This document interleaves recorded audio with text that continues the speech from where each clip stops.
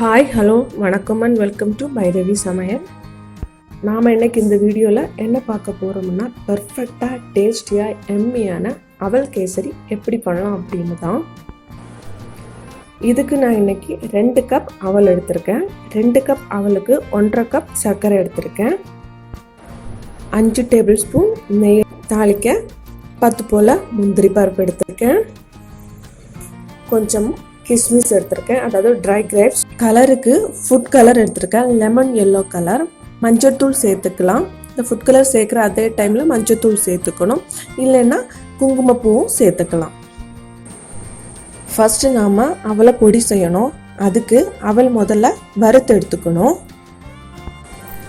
வாணலியை சூடு பண்ணிக்கலாம். இப்போது அவல் சிம்மில் வச்சு வறுத்து எடுத்துக்கணும். ஹை ஃப்ளேமில் வைக்கக்கூடாது, தீஞ்சு போயிடும். எப்போ நாம் ஆஃப் பண்ணணும்னா அவலை எடுத்து நம்ம கையிலேயே பொடி செஞ்சு பார்க்கணும். பொடிக்கிறது மாதிரி இருக்கும். அப்போது நம்மளோட அடுப்பை ஆஃப் பண்ணி அதுக்கப்புறமா இந்த அவலை ஆற வச்சு பொடி செஞ்சுக்கணும். பொடி ரவா பதத்தில் இருக்கணும். இப்போது முந்திரி அண்ட் ட்ரை கிரேப்ஸ் வறுத்து எடுத்து வச்சுக்கலாம். அதுக்கு வாணலியை சூட் பண்ணி அதில் ஃபர்ஸ்ட் 1 டேபிள் ஸ்பூன் நெய் சேர்த்துக்கலாம். டோட்டலாக 5 டேபிள் ஸ்பூன் வச்சுருக்கோம். அதில் 1 டேபிள் ஸ்பூன் ஃபர்ஸ்ட் எடுத்துக்கணும். இப்போது ட்ரை கிரேப்ஸ் வறுத்து எடுத்துக்கலாம். பாருங்கள், இந்த மாதிரி பால் மாதிரி பலூன் மாதிரி நம்மளோட ட்ரை கிரேப்ஸ் பலூன் மாதிரி ஆனதும் நாம் எடுத்து வச்சுக்கணும்.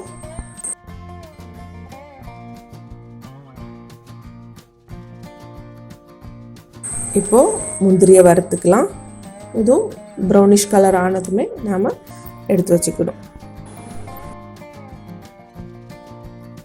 இப்போது அதே வாணலியில் தண்ணி சேர்த்துக்கலாம்.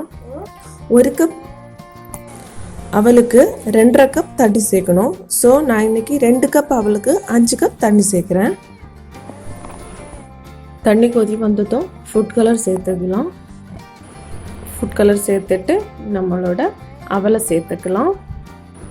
அவல் சேர்த்து அப்படியே கிளறி விட்டுட்டே இருக்கணும். அவல் ஃபர்ஸ்ட் கொஞ்சம் இறுகி வரும். பாருங்கள், இந்த மாதிரி அவல் நல்லா வெந்து இறுகி வரும். இனி நாம் சர்க்கரை சேர்க்க போகிறோம். சர்க்கரை சேர்க்குறப்போ லூஸ் ஆகிடும். இப்போது சர்க்கரை சேர்த்துக்கலாம். சர்க்கரை சேர்த்து அப்படியே கிளறி விட்டுட்டே இருக்கணும். இந்த அவல் கேசரி ரெசிபி உண்மையாகவே ரொம்பவே ஈஸியான ஒரு ஸ்வீட் ரெசிபி. திடீர்னு ஒரு கெஸ்ட் வந்தாங்கன்னா நம்ம உடனடியாக செஞ்சு கொடுத்துடலாம். ஸோ இதை நாம் இன்ஸ்டன்ட் ஸ்வீட் அப்படின்னு கூட சொல்லிக்கலாம். இன்ஸ்டன்ட் ஸ்வீட் ரெசிபின்னு சொல்லிக்கலாம். அந்த அளவுக்கு ஈஸியான எம்மியான ரெசிபியும் கூட. ட்ரை பண்ணி பாருங்கள், நல்லா சூப்பராக இருக்கும். எனக்கு கமெண்ட் பண்ணுங்கள் எப்படி இருந்துச்சு அப்படின்னு.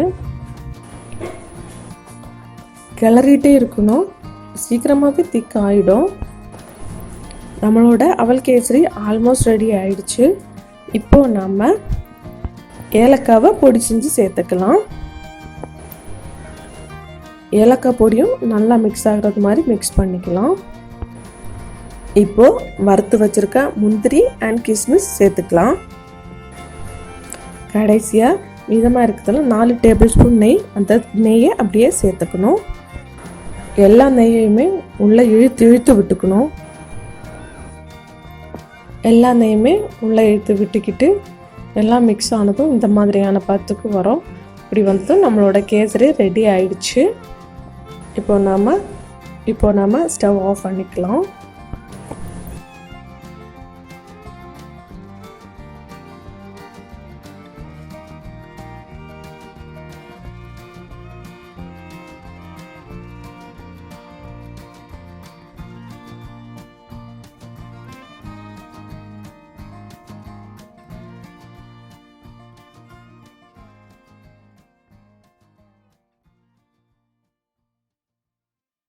பாருங்க, நம்மளோட கேசரி எப்படி தக்கன்னு மின்னுதுன்னு. டேஸ்ட் பண்ணுங்கள், சூப்பராக இருக்கும். இந்த வீடியோ உங்களுக்கு பிடிச்சிருந்தா லைக் பண்ணுங்கள். உங்கள் ஃப்ரெண்ட்ஸுக்கு யூஸ் ஆகும் அப்படின்னு நினச்சிங்கன்னா அவங்களுக்கும் ஷேர் பண்ணுங்கள். ட்ரை பண்ணி பார்த்து மறக்காமல் கமெண்ட் பண்ணுங்கள். சப்ஸ்கிரைப் பட்டன் நமக்கு மறந்துடாதீங்க. தேங்க்யூ.